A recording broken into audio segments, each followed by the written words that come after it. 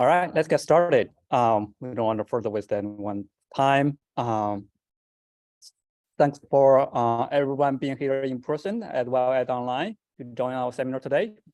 It's my great pleasure to introduce our speaker, Dr. Kelsie Kelly. Actually, Dr. Kelly got her Bachelor of Science degree in psychology from Virginia State University in 2010. And then she got her master in public health at the University of Virginia. And from there, she did a PhD study at UIUC, University of Illinois, at Urbana campaign, and focused on community health. And in 2016, she got her PhD degree. And from there, she received agriculture safety and health traineeship fellowship. Also at UIUC, and then after that, another fellowship, this time AIH LPI Comrade Fellowship. She's now assistant professor at the Department of Public Health Sciences in the School of Medicine at University of Virginia. And she's also the Associate Dean at the Office of African American Affairs at the University of Virginia. So without further ado, let's welcome Dr. Kelly back to VSU. Thank you. So good afternoon.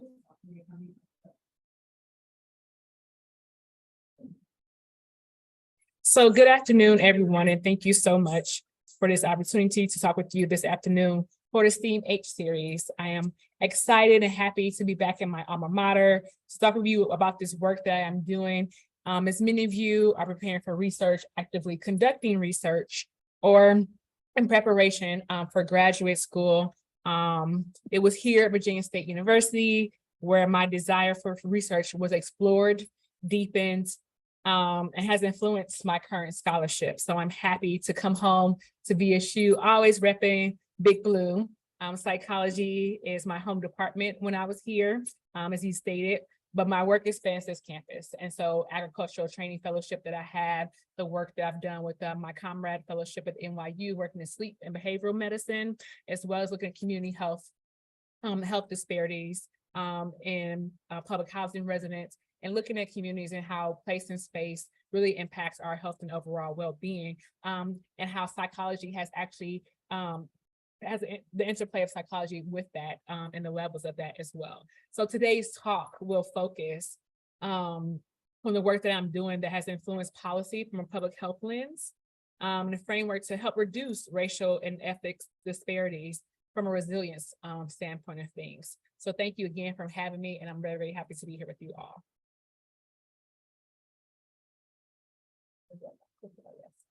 Okay, so where do we start? So in reducing socioeconomic inequalities and reducing social exclusion can lead to greater social cohesion and better standards of health. Improving the social environment in schools, in the workplace, and the community more lively will help people feel valued and supported in more areas of their lives that will contribute to their health, especially their mental health. But how do we do that? And so healthy communities is the first place that we start. And in building healthy communities, we have to understand, what does a healthy community look like? But how does that community define their healthy community? And for us to understand that, we have to be willing to have skilled professionals that are open to go into those healthy communities, but doing so in a culturally respectful way. And so those culturally respectful practices includes diversity. Understanding what cultural competence is, as well as that of understanding social determinants of health. And so we'll talk more about that. I'm sure a lot of you guys have heard what the social determinants of health is, but that is a framework from which all of my work stems, and understanding how that impacts community priorities. And so once we understand all those things and the interplay of that, as you see, I've used this sort of open wheel that we have, because it's an iterative process and it's constantly changing. But in order for us to get back to our starting point and wanting to get to those healthy communities, we have to begin with our culturally respectful practices, and our skilled professionals are at both ends of that in order for that to occur. And so that way we are able to support for sustainable agriculture, food production methods, and to serve our natural resources and the environment, so we can have those communities, places, and spaces for us to live, work, learn, grow, and play. And so in doing that, we want to get to this idea of what the healthy people and the healthy nation and how we do that and achieve this.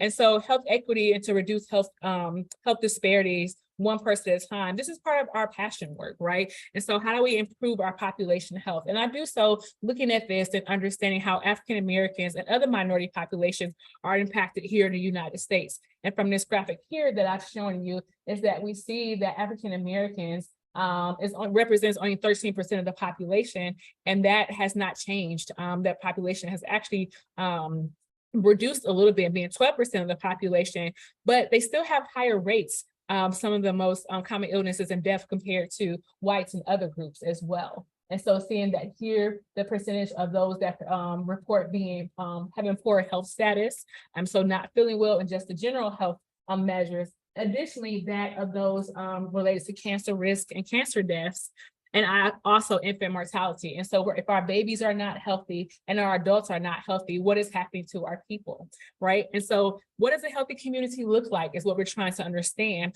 And if we are the health and healthcare of Black people in the United States is not healthy, then the rest of our nation also will suffer as well. And so our goal is to understand what this practice is and how we get to that place, but also doing so using the social determinants of health to frame, how can we serve that community? How can we sustain these culturally respectful practices so that we can reduce health disparities in order to achieve health equity amongst these populations? And so how do we do that? We do that thinking about what are the racial disparities that these communities are experiencing, and then understanding their social determinants of health. And social determinants of health are the positive and negative conditions in which people are born, grow, live, work, age, play, pray, etc. Right? And so that includes relevant health systems and other things as defined by the World Health Organization. And so you can see here, how do I make this go away at the top of it? Can I make this go away? I want this to go away. There we go. Oops, there we go. It's gone. And so you see here, high blood pressure, diabetes, and strokes is one of the most common illnesses and comorbidities that African Americans suffer from. As you see, African Americans, and this is a comparison of African American and white, but this also is comparable to other minority groups, and African Americans still being at the top of the landscape, and those that suffer greatly from this, suffer disproportionately from these diseases. And so they're more likely to die at early ages from all of these, as well as these causes. So we have cancer. So at the age of 18 and 34, 142 compared to 100. And this is part of 100,000 individuals in which you will find for 100,000 people in which Black men and women will die from high blood pressure, and will die from cancer, will die from diabetes, all these different things that our community is facing, and all these things that can be reduced and prohibited if we understand the social determinants of health and how we can impact those communities in doing so. And our research is a part of that largely in understanding how to do that. And so we're an aging population. We don't stay in one age group for a very long time. And so when you think about that, how do we begin to use this information in order to better those health disparities and to reduce them, but do so from a resilience framework? We understand that African Americans are a resilient community. They bounce back pretty quickly from different things that happened to them, but this doesn't negate the issues that are being faced in them, the social demographic characteristics in which they live, and the social economic factors that impact that. And so as you see, these graphics here demonstrate the unemployment rates that are being experienced, in addition to living in poverty, not owning a home. All these things really play a role in how we perceive these health disparities as we age in that aging process. And so again, amongst all groups, again, African Americans are experiencing these things at much greater level than other population groups. And so we talk about today this framework of how do we go from using a public health framework to inform our work and understand how social determinants of health and health disparities and working to achieve a healthy community, and using a resilience framework. I use these things here to help inform my work and the importance of understanding these trends in which these health disparities are influencing these greatest population risks, right? And so these factors are detailed here, but this is also in direct correlation with my current research and my current research agenda that focuses on race and trauma in public housing communities, and that is impact on mental health and sleep. And what we do know is sleep is related to all these things, right? So if I don't live in a community where I feel safe, if I don't live in a community or a home that has, great air filtration in there, if there's lots of allergens in the house and I'm sick often, if there are smokers in my house and I'm not sleeping well, again, I'm suffering a lot of these different causes, allergies, asthma, these things that impact my health long term. So if I understand these different things, then I can begin to use infrastructure and present policies and formulate policies and structures to improve housing, because that's one of the main levels of safety and an environment in which helps us to get to our next level when we're doing trying to maintain our health and well-being. And so if we have housing, we're more likely not to be unemployed. If we have housing, we're more likely to be able to have food on our table. We have housing, we're not less likely to be stressed about other things, because again, housing really is a safety net in which you have. And so if you have a place to go home and call home to, and even just have that safety net of space, you're more likely to be able to be in a space and a mindset to do things that are, and not think about all the other things when you don't have a place for you to call home, lay your head at night and sleep, and also think about the other things that are at play, which are health and well-being. And so this takes me to now, before I get to there, does anybody have any questions about, those beginning sort of demographics that we talked about? So again, our goal here is to understand how those healthy communities can happen based on if we have skilled workers, understanding the diversity of the Black population and minority populations, being culturally competent, and using culturally respectful practices to work in these communities so we can reduce health disparities, and then using that resilience framework, because we know that we are a hardworking community and that we can bounce back from anything. But in so doing that, we have to do that with a framework in mind that we are positive, we are people, we want to celebrate the things that we have and we can do, and not go from a deficit framework. And so this is the way that I work, so that we're working from a growth mindset versus a deficient mindset. And so we use resilience to help inform our project, to understand what do Black communities actually have in order to be healthy, to be safe, to be well, and so that despite maybe their living circumstance, that they're able to maintain their mental health and overall well-being, so we can reduce some of these health disparities that may be some of those that have genetic basis to them and biological influences. So the Unite Project is my current, there is one in the chat. Oh, are you? I know, are you going to read it? Okay. Oh, okay, cool. Thank you.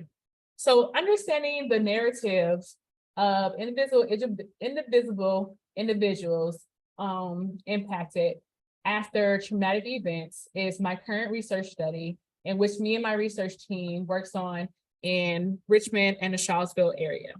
And this was a funded study under the NIH LBI to garner an understanding of narrative of those lesser known, but to use their voice as a mechanism to improve their long-term health outcomes as it relates to mental health and sleep health.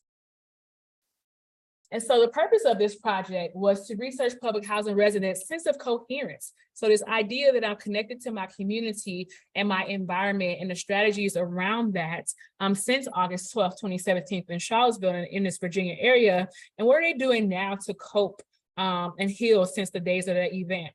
This is also to understand this narrative and experience of persons who live in public housing, because it's a community that was once researched a lot, and understand how we move these people to better neighborhoods, but also in moving them to better neighborhoods, it didn't actually change their health outcomes because they weren't actually educated about how to go into these opportunity spaces and actually having the resources to utilize to get better education, because those in the communities were not ready for them when they moved there. And then also understanding how being resilient in this collective community, we have a collective identity. We have been collectively traumatized, but in the face of that, what do I know how to do in terms of stress? And then how will this impact my overall stress levels and my subjective sleep patterns so that it may impact my other health outcomes? And so resilience, again, is the capacity to withstand or recover from a difficulty, a mental or emotional toughness. And so we see that in the literature from a psychological standpoint, a lot of times too, from emotional stress and emotional intelligence. But now we're thinking about it for how does resilience look from a collective standpoint? And so trauma, race, and health have a long history. a history that has led to multiple leading health indicators. Again, we've seen what it looks like for cancer, cardiovascular disease, and unintentional injuries, which has research and data trends that continue to show those positive relations in many health disparities, as I showed earlier, but many of which are disproportionately represented by minority communities, specifically African Americans, right? And so that the greatest risk of this. And so many of these are preventable outcome measures. And so what I'm doing here will give us better understanding and how these communities are actually a protective mechanism in the face of adversity, and that we are able to understand, although there is risk in living in these communities, how are they protecting them? How is this keeping them together and managing their stress levels? Because I live in a cohesive, close-knit community, so I understand what's going on. I understand these stressors, and so therefore my body reacts differently, and maybe I won't end up having to deal with so much when it comes to cardiovascular disease, cancer risk, and those things outside of, again, my biological dispositions. And so previous studies have shown that subjective and objective sleep parameters such as sleep latency, sleep duration, or sleep efficiency could differ. However, within this study, we're trying to understand how, these protective factors of living in these low-income communities and public housing communities actually help us to understand that there's some reduced risk and some protection in knowing, I know my next door neighbor, I know him, his kids, his family, his friends. And so if something goes on, we know how to communicate with each other and support each other. And so if I have a supportive network and I feel like I can talk to somebody, whether it's a professional or peer, then I'm more likely to not perceive this as such a stressful and traumatic thing. And so I don't have to turn on my fight or flight mode in my body, and it reduces my body's response, my physiological response. So then I maintain a little bit longer of the health for that. And so no studies exist that looks at these type of indicators and these mechanisms and understanding how a specific event, specific traumatizing event has impacted a community in doing so. And so our projection is that, as we explore resiliency in these communities, that there will be a buffer in reducing stress because these cohesiveness, if people perceive their community as being cohesive and connected, then they won't have as many adverse health outcomes because they're going to be perceiving themselves as being resilient. And so this was done using triangulation. And so doing quant surveys, focus groups, as well as interviews. And focus groups, again, this is an ongoing study right now. And so we've done phase 1, in which we've done lots of surveys and done several interviews and looking into what this actually means for these persons. We have not gotten to the focus groups at this time yet because we're actively seeing our focus groups going to be necessary because people are really enjoying telling their individual stories. And as we go into the next communities and neighborhoods, we're going to think about, where are those collective stories that we're going to have, because we still want to build a narrative about how each of these communities are really being impacted with this and how this will help us to understand, again, that collective identity. But we want to start with individuals at first because this study started during COVID. And so we use propulsive and snowball sampling, and we decided not to use people that have been diagnosed with PTSD or any other psychological, that have been diagnosed with psychological illnesses, because we didn't want to trigger those things, because although I do have psychologists on staff, our goal is not to trigger those individuals. We just don't understand that. And we also excluded those individuals that were over the age of 65, because there are other health and mental health issues that happen that are beyond that we can sort of control for as you age older, the things that not dementia, but the mind and cognitive abilities change after age 65. And so the working literature suggested that, those different health issues. And so we excluded that. And those who actually are suffering from current sleep disorders, because that would skew some of our data information. So we want to keep it so that it's more so those that are generally, because you're self-reporting your sleep data. And so what did we do?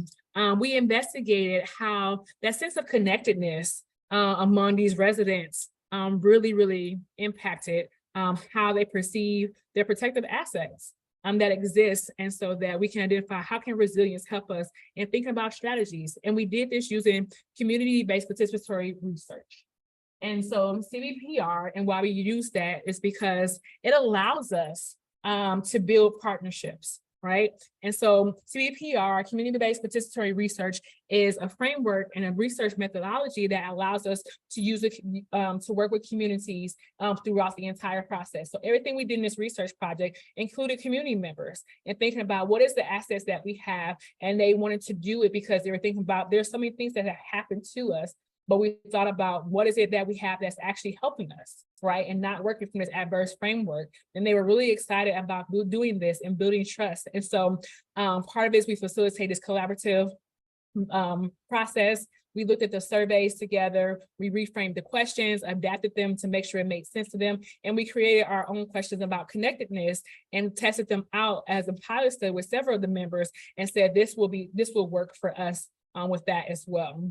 And so we began it with the community assets in mind, and it set the tone for its positive engagement. So community health workers were really excited about going out and recruiting their residents to participate in this study and to do so much with it. And so this sought to build its existing assets and knowledge base. And so then we're able to find out, let's not only choose the people that's always participating and doing stuff with us. Let's make sure we're pulling people that's not necessarily active, and how we do that.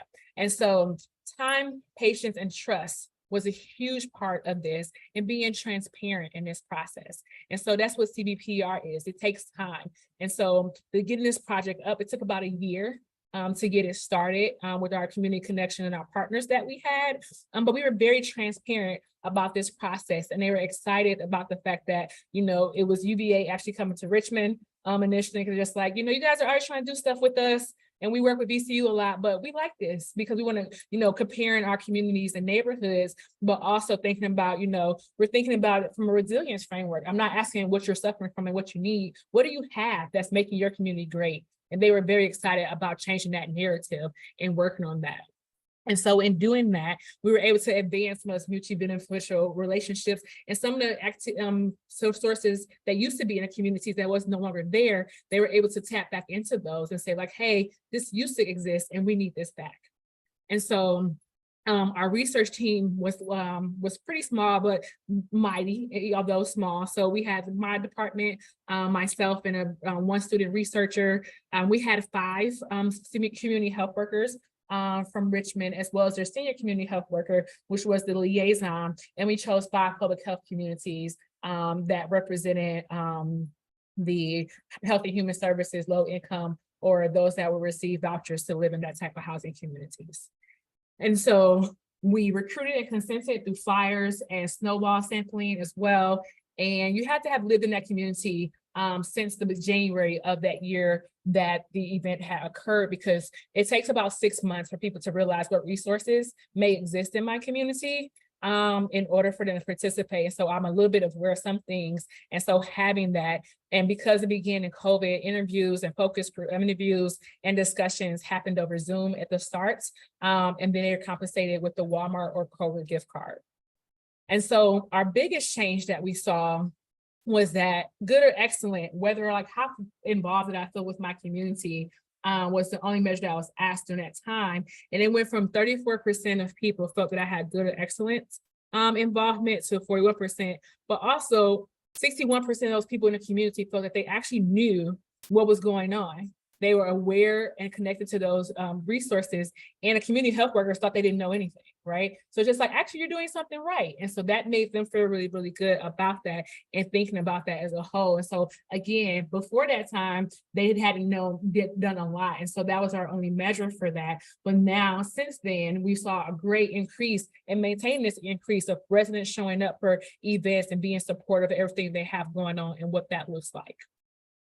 And in our interviews, we focused on some of the things about community capacity and what that looks like. And so the things are like utilizing different resources, the presence of the stressors outside of their individual stressors. So the violence that may have been going on here in the police cars, as well as the importance of healthy coping and what that actually looks like. And so what we found here is that several of the communities issues and involvement was like their relationship. They knew their neighbors. And a lot of times we don't really see that. We're so connected to our devices and looking at our phones and tapping into that, where they talk to each other. And COVID, limited that in some way. but they were so excited about still knowing them and being able to talk to them on the phone, or even just having a conversation, just like, I didn't hear from her today, or I didn't do this. And that connectedness is just like, because I know she's here and they're there and they're okay, that this is what's most important to me. And so if I'm not doing it and I can't be there, I want to utilize resources. But also we found that a lot of the resources were there for young kids, and adults felt like they were being left out. And so we found that to be as well. But one of the things that caused for people for anxiety or worry was the fear. In addition to the Unite the Right rally events that occurred, there was a lot of a lot of youth violence that was happening and occurring during that time, as well as with the riots that were going across the country. And so they were worried about the young people and not so much about the older people, but just that fear that was there, and trying to understand those present stressors that maintained over a long time period. And they used to have people they can go to their community centers to talk to during that time to talk about that. But because of COVID, it has ceased. And so then doing this helps to sort of reiterate that although they can't be here in person, how do we reach out to them and have them, because this is a resource to us. And then how can we have small things with just, 2 to 4 of us in our community center itself, so we can still have community and feel connected, because this is what helps us. And that built their morale. And we saw that, again, this is a protective mechanism, and they saw less stress. They weren't calling, the community health workers and sort of panicking about what things were going on, because they put those small things in play as things started to lift with the COVID, policies.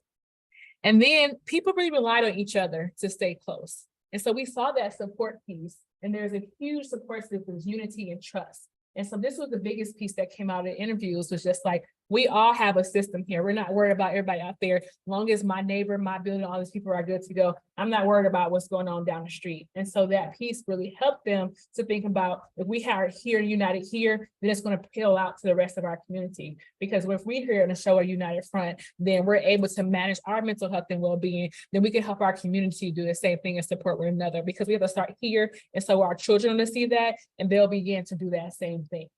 And so their subjective well-being with that. They were stressed, but their stress was not related to the COVID and kind of sort of that trauma that happened. It was related to just the day-to-day stuff, working and having to manage a lot of different things.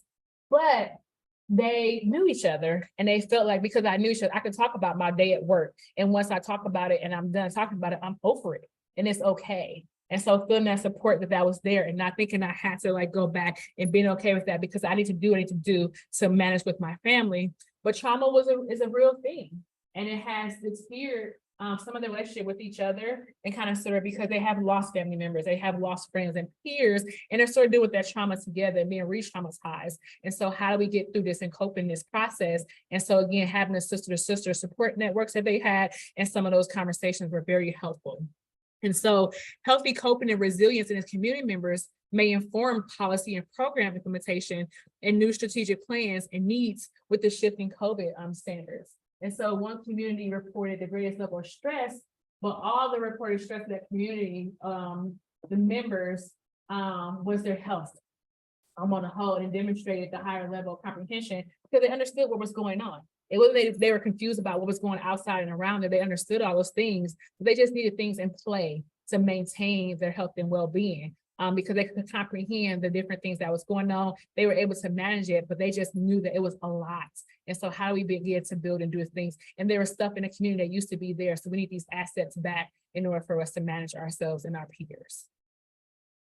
And so what does this mean as we think about building a healthy nation and building, a healthy community and health equity? Is that policy must tackle those social and economic determinants of health, right? And so the psychosocial causes contribute to those differences in our health outcomes, but these effects are layered, and they extend, beyond our social determinants of health, and we have to understand that. But if we fail to address these facts, the cycle will continue. We'll still be struggling to figure out how do we build healthy communities if we don't implement culturally healthy practices, and do it so with cultural competence in mind, thinking about the diversity of African-American and Black communities and who lives there, the aging groups that are there as well. And then this will really be powerful in determining those health standards. And so that, again, we're working from a growth model, not a deficient model. And so that we can't ignore the most important social justice issues facing modern society. And so we would then influence and change our welfare policy, educational policy, housing policy, and economic policies. And so what are we doing next? We're going to work with other sectors with this, such as the faith and community organizations that have been a part of this, as well as business, transportation, and housing, to create those social economic conditions that promote the health starting in childhood, but also not leaving out the adults that are already there. So as we link more people to be a part of these healthy communities and begin to develop and promote and provide trainings for healthcare providers and strategies as well, we'll have those skills professionals that are going to be available on both ends to create those healthy, to maintain those healthy communities and still teach and train those people to be those culturally respectful practices to maintain our health and well-being through the assets that the community provides, and doing so from the stakeholder perspective. What does a community member want? What is this neighbor of yours that we're working with want? Because they are the person that's going to live here and be here. And you as a researcher team and those that are working with them have to realize that you are working for them. They're not working for you. And that's why it's important that we did this from using CBPR, because it was what they asked for. And so now we're working on this next stage of that. It's like, hey, this worked, and they put it into play. It's part of their strategy plan. And it changed some housing policy for them and getting some more infrastructure as far as like policies and peoples in play, what connected partners they have as far as entities that come do work in the community, and making sure now there's a weekly session that they have, or support groups and networks there, in addition to the kids that they do stuff for kids after school that are there, but later events that happen to support their adults after they come home. Again, those cooking classes, because we all cook and have it, but maybe they figure out how to cook stuff faster or whatever, or reduce, my cooking time, what I'm doing. And so bringing these things into play, and also doing it, being cost effective and not actually charging to have to do it, and then just opening it up to them to come when they want to come. So this really has impacted this community, again, working from their resilience frameworks. And we have these things. We don't have the time ourselves, but this is what we know we can want. And so how do we help people continue to do the things that we're already doing to maintain our overall sense of well-being? Because I know my neighbor, I love my neighbor, and I want her to be healthy and well. And so how can you, as the community, the health department, and these different people that puts money into our community, put it where it should be and not where you think it should be? And so that has helped to promote that health and those conditions that are needed, and promote that from childhood. And so this ties back into how we can maintain doing that. And so if we think about the racial disparities and the racialized trauma that our communities have experienced and will continue to experience, in order to build healthy communities, we have to have skilled professionals to do that. And it starts with you guys as students, it starts with us as professionals, but it makes sure that we understand what culturally respectful practices are needed for those different places. And so we have to be diverse in our mindset, but know that we are not all one type of African-American, one type of Black person. We have different cultural backgrounds, and being competent in doing that. And if we understand the social determinants of health, then we're able to help them realize what the community priorities are, and we can work together to do that, to create and build our healthy communities and reducing health disparities, and towards achieving health equity across the nation. Thank you.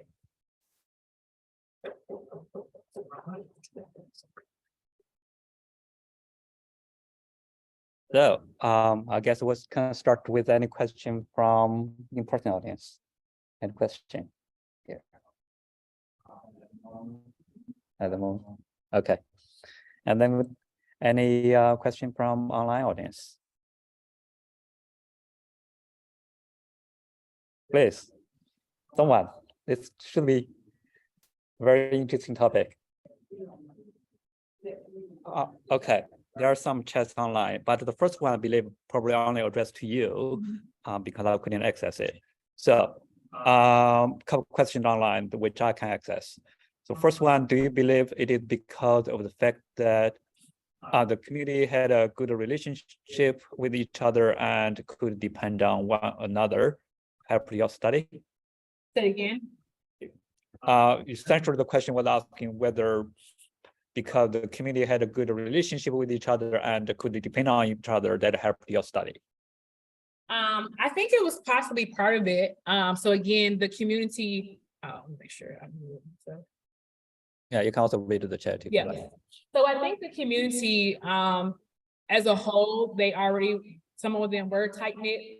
because they had been there for several years as well. But me coming into the community, they had to say yes to be a part of it because there have been several no's as well, and participating in doing this type of work with them. So I think part of them already having that, and not just that you're doing this because we want you to, was a part of it as well. So I think, you know, the community feeling like they're already connected may have been helpful, but I can't say that's the one factor that was at play for that, because there are some communities that have participated in that are not as tight knit, but have participated in research studies with me as well. All right, thank you for that. Second question, do you feel redlining can be corrected? Redlining. Do you feel redlining can be corrected? I think that is a thing that has been difficult because there's been that redlining practices are sort of now deeply institutionalized in the housing system. And I think they've tried a lot of different things in order to reduce what that actually looks like across the nation. I think it's easier now for first-time home buyers to buy homes in different places that they would not be able to buy homes in. But the redlining practices, we know, because people have known about it, it's been done for such a long time, it's hard to undo things that are already structurally, institutionally done. But I think there are lots of practices and research is helping to undo some of the things, the damage that redlining has done, but we have to sort of accept our past in order to us to progress in the future, to reduce that, and for that to continue to happen. Thank you. And next question, what factors contribute to racial health disparities? And what? What factors contribute to racial health disparities? What factors? Yeah, what factors? I mean, I talked about all of them. And so again, if you're, listening to the topic, and again, the social determinants of health are a huge part of it. So again, there's social economic factors that really are at play with that as well. But again, the things that are at the policy level. So the welfare, what the welfare policy looks like, what the housing policy, the educational policy, all those things really impact some of that. But then the social determinants of health are impacted by your race. So we know that some communities where you live, work, play, pray, all those things really impact what opportunities and space that people can have. And so because of that, those are things that we're really combating and trying to figure that out. And there are biological things that we don't have control over, as well as some of the physiological aspects. So your genetic predispositions are some parts of it too.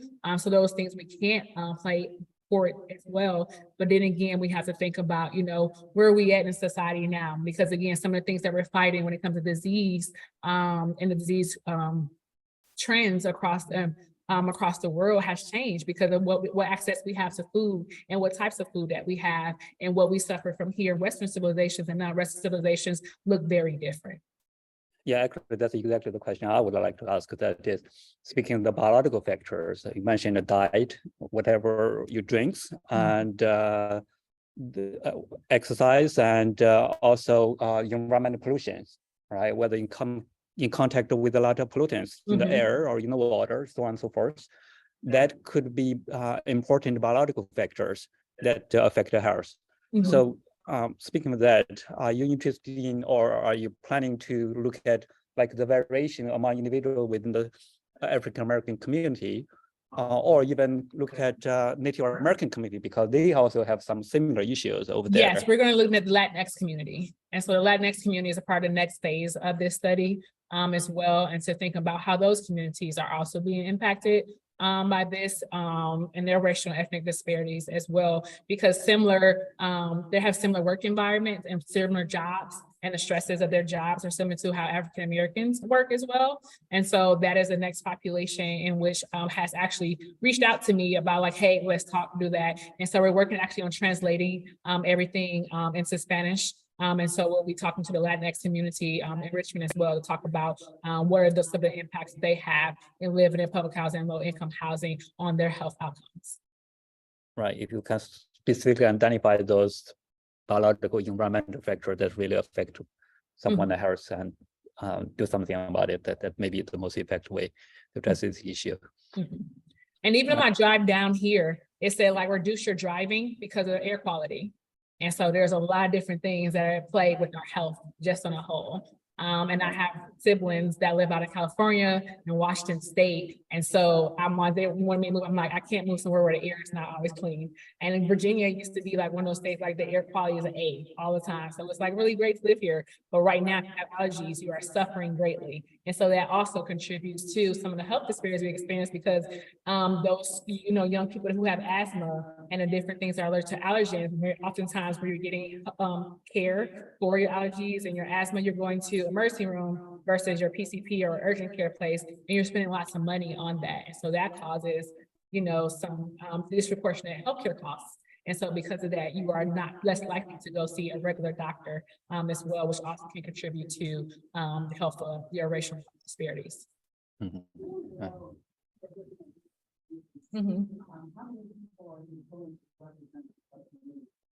So it depends on so each of the housing communities has anywhere between 200 to 500 people in them. And so in an initial pilot study, because we're just trying to compare to sort of get it started, we're talking about, let's get at least 10 to 20 people that was like, from each of the different housing communities to see, what they think about this. But we're trying to get with the long-term study to get about 500 people that be representative of that community and the Charlottesville community, because the housing, how long you can stay in housing, how long you can be there, as well as the age requirements to be there changes or has shifted. And the policy is beginning to change about housing too.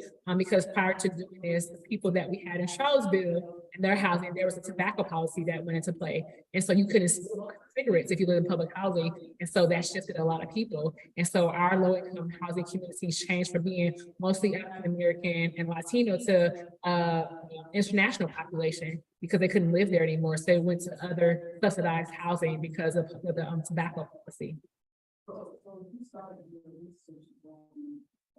Yes. So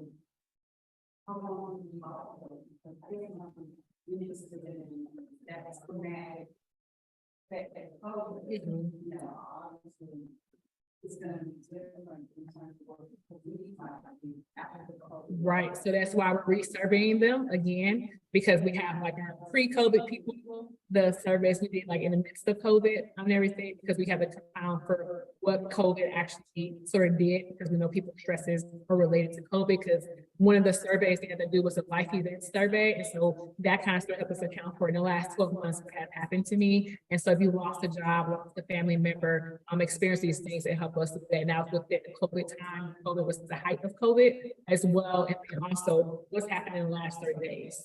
How I've experienced in the last 30 days and then the last 14 days, which will give us more in that time since of now, beyond the COVID time. And so we were able to do a couple different timepieces to help us parse out the effects of COVID. So we were discussing the retrospective cohort study, and then also what the now is impacting people as well. So your study, I guess, is more a study than a project, right? Because you're not putting something in place in the community where they can go to or call all the time. This is you taking a picture of what this community looks like right now. What can we do to fix it or help assist? So yeah, so it's a retrospective cohort study. And so we looked at the past time and then kind of sort of looked at what the current thing that's going on, but now we're looking at long term. And so it's going to be a longitudinal study, but it starts a retrospective study. Yeah. Great. Any other question from the audience? All right, without any further question, let's thank the Dr. Kelsie Kelly again for a wonderful talk Thank you. And again, welcome back. Really great to have you back here. So, and again, my email is there, so anyone can ask questions. Again, the article is almost, published. We're waiting to hear back from one of the publications for it. And so some of the early analysis from the initial phase will be out very soon. So again, thank you all for having me. I'm so happy to be back in my alma mater, and I hope you all learned a lot today. Thank you. And glad to have everyone here, either in person or online. Thank you very much for being here this Friday afternoon. All right, hopefully we'll see you next seminar. It will be a seminar hosted by Agriculture Research Station, but then hope to see you in the fall, next coming academic year. All right, thank you all, everybody. Have a great weekend.